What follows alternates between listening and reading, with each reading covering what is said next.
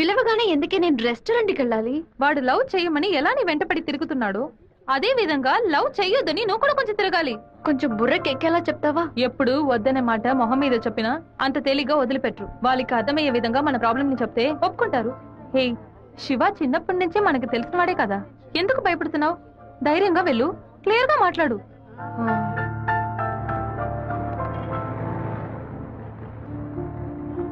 రండి సార్, రండి లోపలికి రా. లోపలికి వచ్చండి. ఎందుకు ఇలా టెన్షన్ అవుతున్నావు? కొంచెం నార్మల్ గా ఉండు. మీ నాన్న గురించి మాట్లాడేందుకు సారీ. ఎందుకు ఇక్కడికి రమ్మన్నారు? ఏం మాట్లాడాలి? 8వ క్లాస్ చదువుకునేటప్పుడే మనసులో చిన్న లవ్, కానీ ఎలా చెప్పాలో తెలియలేదు. ఎండి ఏదో మాట్లాడతాడు, మన ప్రాబ్లం మందే. సడన్ గా ఒకరోజు నువ్వు స్కూల్కి రాలేదు. నీ క్లాస్కి వెళ్ళి అడిగి చూస్తే అందరూ నువ్వు ఎక్కడికి వెళ్ళావో తెలియదు అన్నారు. 2 months పోయాక హాఫర్లీ ఎగ్జామ్ టెన్షన్ లో నిజంగా నిన్ను మర్చిపోయాను. ఎప్పుడు నిన్ను బస్సులో చూసానో అప్పుడు పాతవన్నీ గుర్తుకొచ్చాయి. నేను ఏం మీరు చెప్పాలనుకుంటున్నా? అనుకునేది ఏది జరగదు. మా అమ్మ ఎంతో కష్టపడి నన్ను చదివిస్తోంది. నేను ఆవిడకి నిజాయితీగా ఉండాలి. ప్రేమ పేరుతో బైక్ లో తిరగటం, సినిమాలకు వెళ్ళడం, పార్కుల చుట్టూ రెస్టారెంట్ల చుట్టూ తిరగడం నాకు అస్సలు నచ్చదు. నేను అలాంటి అమ్మాయిని కాను. నెక్స్ట్ వీక్ మీట్ అవుదాం, సరేనా? Okay okay. నేను చెప్పింది మీకు అర్థమైంది అనుకుంటాను. సెట్పూరి, దయచేసి నా బాధను అర్థం చేసుకోండి. ఇంకా హలో, నీకేమైనా బుద్ధుందా? లోపల మనుషులుంటే ఎగేసుకొని తెరిచి పడి చూస్తున్నా. మామయ్య, అది నేను మామయ్య.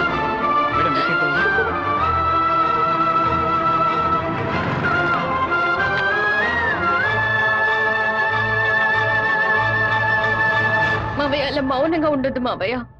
నాతో మాట్లాడు మావయ్య. నేనే తప్పు చేయలేదు మావయ్య. ఏ తప్పు చేయకుండానే వాడితో హోటల్ వరకు వెళ్ళావమ్మా? నన్ను నమ్మ అత్తయ్య, నాకు వాడికి ఎలాంటి పరిచయం లేదు. నువ్వు ఇక్కడ ఉన్నంత వరకు నీ ఇష్టం వచ్చినట్టు నడుచుకో, కానీ ఇక నుంచి నాతో మాత్రం మాట్లాడుకో. సెకండ్ సెమిస్టర్ అవ్వగానే ఊరికెళ్ళి అమ్మతో 10 రోజులు ఉందాం అనుకుంటున్నా.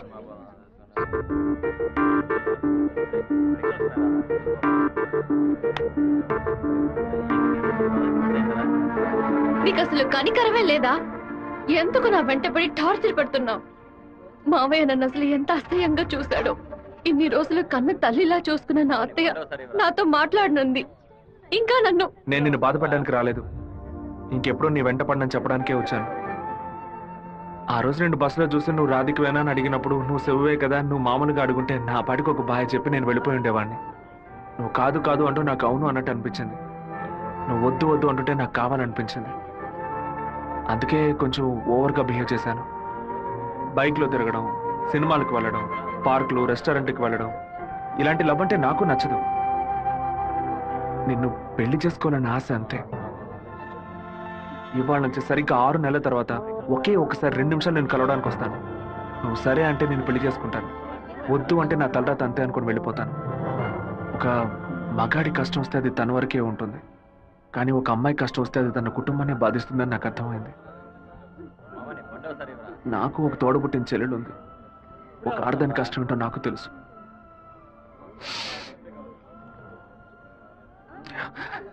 నన్ను రెస్టారెంట్ కంపల్ చేసి పిలవడం నా తప్పే, క్షమించు. మనసే మరిగిపోయే మౌనం కరిగిపోయే ఏదో జరిగిపోయే నాలో మదనమాయే ఒకే ఒక అనుమతి కోసం వేచేను నా హృదయం. ఒకే ఒక హృదయం కోసం వేగెను నా మౌనం. ఒకే ఒక క్షణమే అయినా నీ కోసమే బ్రతికిన చాలు. నా గుండెలో నీవే ఉండి జీవించడే వరమే. ఏదో ఏదో వేదనలో నా గుండె రగిలేనులే. ఏదో ఏదో కావాలి అను ఆరాటమాయెనులే. మనసే మరిగిపోయే మౌనం కరిగిపోయే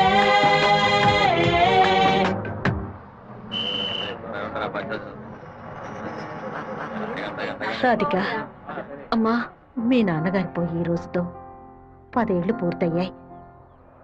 కానీ ఈ 10 ఏళ్ళు 10 నిమిషాల్లా గడిచిపోయాయి.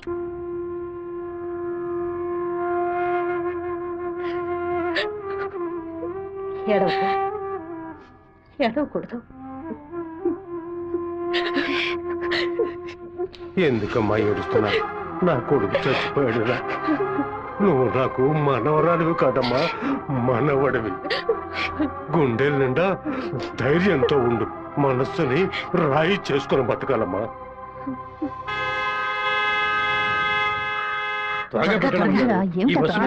మళ్ళీ 1:30 బస్కి వెళ్ళాలి. దాన్ని ఆడు పెద్ద సమస్యగా ఏమిట్రా ఆయన నన్నే చూస్తున్నట్టు. పిరికి వెద్దవి కనుక నీకెవడు పిల్లని ఇవ్వడం లేదు, అర్థమైందా? నాకేవు, నేను తీసుకొస్తాను. నువ్వు పద పద. అందరం కలిసి ఒకసారి మాట్లాడుకుందాం. అప్పుడు కూడా కుదరకపోతే తర్వాత చూసుకుందాం. గంగా, ఏంటా నడక? పిల్లి నడుస్తుంది, కుక్క నడుస్తుంది, కొత్తగా నానాడ గురించి అడుగుతున్నారేంటి? సరే, వాడి సంగతి అలా ఉంచు. ఆ సుబ్బారావు కూడా చేపల పులుసు పట్టుకుని అటు ఇటు తిరుగుతున్నాడే, వాడి సంగతి ఏంటి అంట? చేపల పులుసా? అయ్యో, ఏవే, నువ్వు పెట్టే చేపల పులుసు వాసన నాకు తెలియదా? లేదా క్యారేజీలో తీసుకెళ్లేటప్పుడు చప్పుడు రాదా? మన శివకేనండి. ఎప్పుడైనా చేపల పులుసు పెడితే బస్సులో పంపిస్తాను. కొర్రమీన తలముక్కంటే వాడికి మహా ఇష్టం. నీకు అసలు బుర్రా బుద్ధి ఉందా అంట? ఆడు బాడికి దాన్ని అక్కడ పక్కన పెట్టి బస్సు తోడుకుంటూ ఉంటాడు. మన గిట్టనోడు ఎవడైనా ఆ పులుసులో ఏదైనా కలిపితే ఏం చేస్తావు? నాయనో, ఇందులో ఇన్ని మతలపులున్నాయా? భోంచేయి బావా, భోంచేయి. ఈ మండు టెండలో ఇంతసేపు వెయిట్ చేసి కష్టపడి భోజనం తీసుకొచ్చావు కదరా, నువ్వే ముందు తినాలి. ఎంత నువ్వు నన్ను కోపంలో చావు బాదిరా. భోజనం విషయంలో మాత్రం ఇంత బోళాగా ఉంటావు అనుకోలేదు. నీ ప్రేమకు అసలు ఎలలే లేకుండా పోయాయి. నీ ప్రేమకు నేను ఎప్పుడు బానిసగా ఉంటాను రా. ఏంట్రా సత్తిగా, భోజనం బాగా రుచిగా ఉందా? అమ్మగారు చేతి వంట కదా, మరి నీకు మైకం వచ్చేలాగేమి లేదు బావా. ఈ కళ్ళు తిరగడాలు అలాంటిదేమేమి? ఎందుకు అలా అడుగుతున్నావు? ఏం లేదు, చాలా దూరం నుంచి భోజనం వస్తుంది కదా, మన శత్రువులు ఎవరైనా విషం కలుపుకుంటే అయిపోతాను కదా, అందుకే ముందు నీ మీద టెస్టింగ్ చేశా.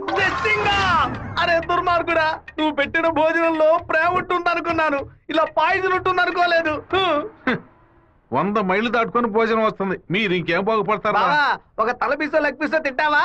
పులి కాకలేసిన పిజ్జా తిందో. అయితే పెప్సీ తాగుతుందా? కూడబెట్టిన డబ్బంతా పోగేసి స్థలం కొన్నానే. 7 లక్షలు నమ్ముకునే కదా మన భవిష్యత్తు ఉంది. ఈ నోటీసు చూసిన తర్వాత నేను సగం చచ్చిపోయాను. ఏమిటండి ఇలా మాట్లాడుతున్నారు? అయిపోయింది, ఇంక మన పిల్లల భవిష్యత్తు అయిపోయింది. ఏంటి క్లాస్ రాకుండా ఇక్కడ కూర్చున్నావు? ఇంట్లో ఒకే ప్రాబ్లం. కొన్ని రోజుల క్రితం మా మావయ్య ఎయిర్పోర్ట్ దగ్గర 2 గ్రౌండ్ల స్థలం కొన్నారు. సడన్ గా ఆ ల్యాండ్ ని తీసుకుపోతున్నారని గవర్నమెంట్ వాళ్ళు నోటీస్ ఇచ్చారు. మా ఫ్యామిలీలో అందరూ చాలా బాధపడుతున్నారు. అది సరే, ఎవరి దగ్గర ఆ స్థలం కొన్నారు? శివ, చెప్పు జయంతి. నేను నీకు విషయం చెప్పినట్టు రాధికాకు తెలియదు. సరే, నేను చూసుకుంటాను. దొంగ చటక ఎందుకురా తలుపు గడియ పెడుతున్నారు? రేయ్ మామా, రేయ్ ఏంట్రా బొత్తిగా మర్యాద తగ్గుతుందా?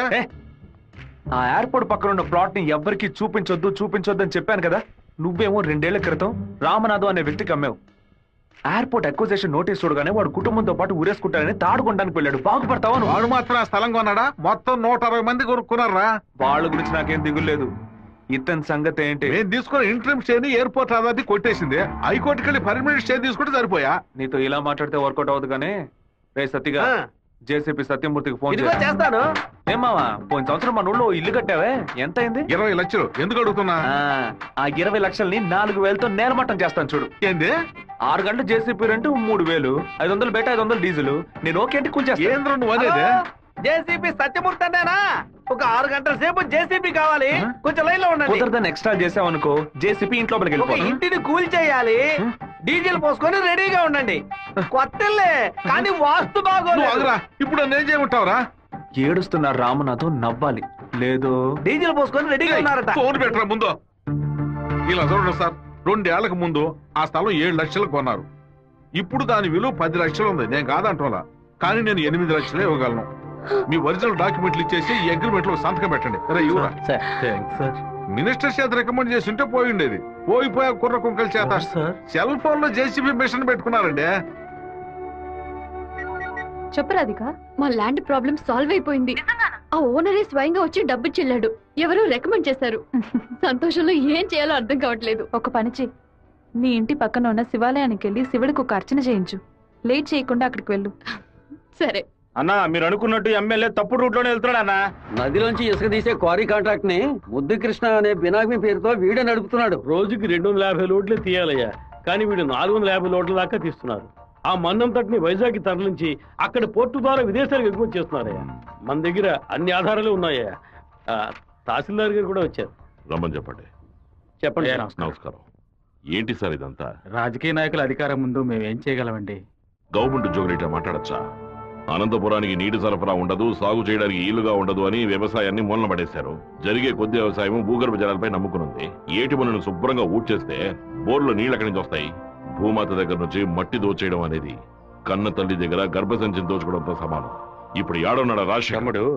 ఇప్పుడు వెళ్ళి అడిగామనుకో, అమ్మ మీద ఒట్టేసి నాకేం తెలియదు అంటాడు. ఎందుకంటే బినామీ పేరు మీద వ్యవహారం సాగుతుంది. కొంచెం ఓపికగా ఉంటే వాడిని ఎలాగోలా పట్టుకోవచ్చు. సరే అన్నా, నీ గురించి మెసేజ్ వచ్చింది. ఏమనొచ్చిందిరా? పీ ఫర్ పొరమోకు, ఈ ఫర్ ఎద్దు, టీ ఫర్ తీపు, E for enemy, R for rowdy. ఎవరు పంపింది? సెకండరీ అశోక్ అన్నా. అశోక్ ఎక్కడ వాడు? ఇక్కడే ఉన్నాడన్నా. నువ్వేనా అశోక్ అంటే? ఏమన్నా మెసేజ్ పంపా? ఎవరు వసంత అంటే? ఎవరు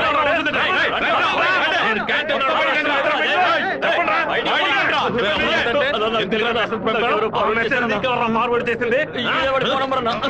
జయంతి, ఆ మెసేజ్ ని క్రియేట్ చేసింది నేనే. అందరి దగ్గర మొబైల్ చెక్ చేయండి. నిన్న క్యాంటీన్ లో పీటర్ మంజుని ర్యాగింగ్ చేశాడు కదా, ఆ కోపంలో మంజుకి మెసేజ్ పంపించాను.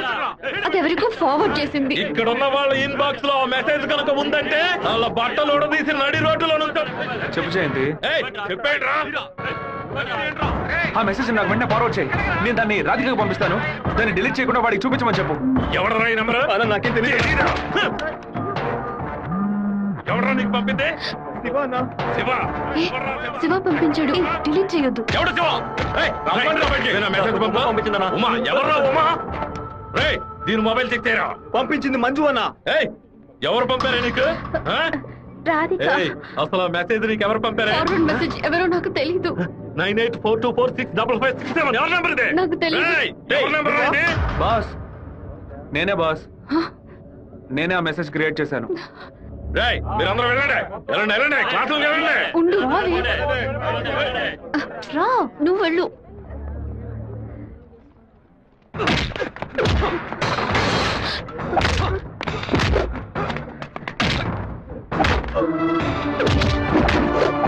నేను వెళ్ళి నిజం చెప్పేశాను. వదులు.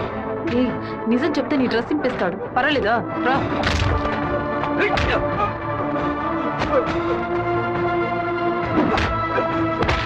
పీటర్, ఆగు. పీటర్, నా మాట విను. ఇక మీద ఇలా జరగదు. అసలు ఇదెవడో తెలుసా నీకు? నువ్వేం మాట్లాడుకో, నాదే తప్పు. జరగదని చెప్తున్నాను కదా.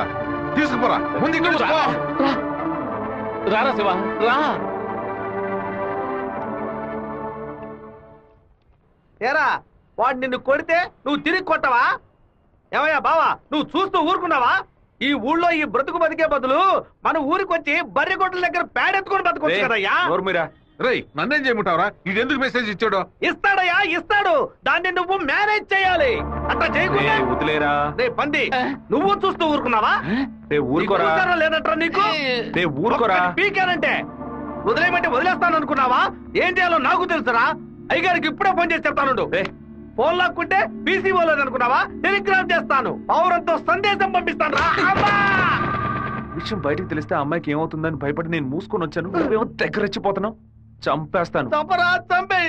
నేను ఈ తిరుపతి వదిలి వెళ్లేలోపు వాడు గొంతు పిసికి చంపకపోతే నా పేరు సత్యబాబే కాదు. ఇదే నా శపథం. ఏంటి సార్ ఇది? ఆ పంతులు స్ట్రైట్ గా కమిషనర్ కే కంప్లైంట్ ఇచ్చాడు. లేపెత్తాను సార్ వాడిని. నా మాట విని నువ్వు లొంగిపో. అప్పుడే ఈ టేబుల్ మీద ఉన్న నీ కేసు ఫైలు ఆ షెల్ఫ్ కి వెళుతుంది. వారంలో నువ్వు బెయిల్ మీద బయటికి రావచ్చు. లేకపోతే కమిషనర్ నీకు స్పాట్ పెడతాడు. సరే, బొక్కలతో మనసు చాలా బాధగా ఉంది జయంతి. నేను నిద్రపోయే వారం రోజులు అయింది.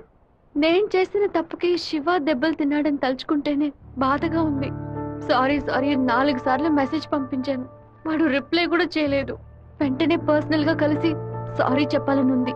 సరే, సారీ చెప్పేటప్పుడు ఒక థ్యాంక్స్ కూడా చెప్పేయి. థ్యాంక్సా? ఆ రోజు మీ ఇంట్లో ల్యాండ్ ప్రాబ్లం కి ఎవరో రికమెండ్ చేశారని చెప్పావే, అతను వేరే ఎవరో కాదు, శివాని.